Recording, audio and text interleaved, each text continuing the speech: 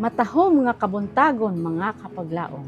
Atong hisgutan ni ining adlaw mao ang atong morning devotional nga naguluhan. Ipabalik ang daan nag-agyanan.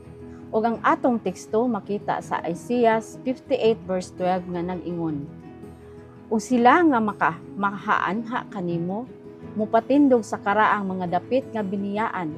Ikaw mupatindog sa mga patukuranan sa daghan nga mga kaliwatan. Ug ikaw pagatawgon ang mag-aayo sa mga nangatumpag, ang mag-uuli sa mga aligaanan aron pagapuy-an.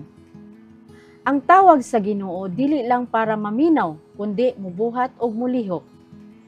Ang karaang agianan nagpasabot sa daan nga dalan sa pagkamatarong, pagkamaayo ug pagkamatinud-anon. Panahon na nga mubalik kita sa tinuod nga kabubuton sa Ginoo. Ang imong kinabuhi mahimong ehemplo ug panalangin sa uban. Kinsa ang mutindog alang sa kamatuoran? Ikaw gitawag sa Ginoo nga magdala sa kahayag. Ipakita nato ang kahayag pinaagi sa tinuod nga pagserbisyo, pagtuo nga buhi, gugma nga walay baylo, panawagan para sa imo, unsa may imong gibuhat karon nga makatabang sa uban nga makaila sa Ginoo. Gipili ka sa Ginoo aron mo patindog sa pagtuo sa imong pamilya, eskwelahan, simbahan ug komunidad.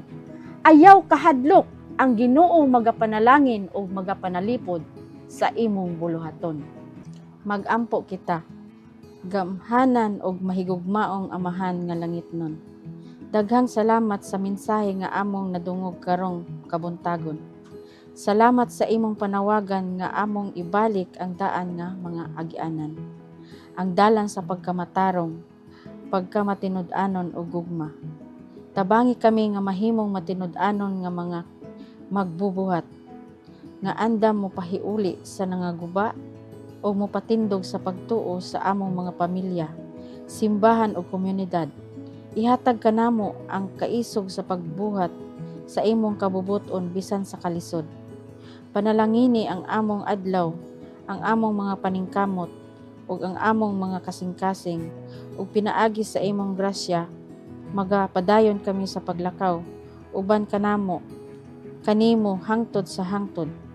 Kani ang among giampo, lakip sa kapatawaran sa among mga sala, diin man kami na pakyas sa ngalan ni Hesus, among personal nga manluluwas. Amen.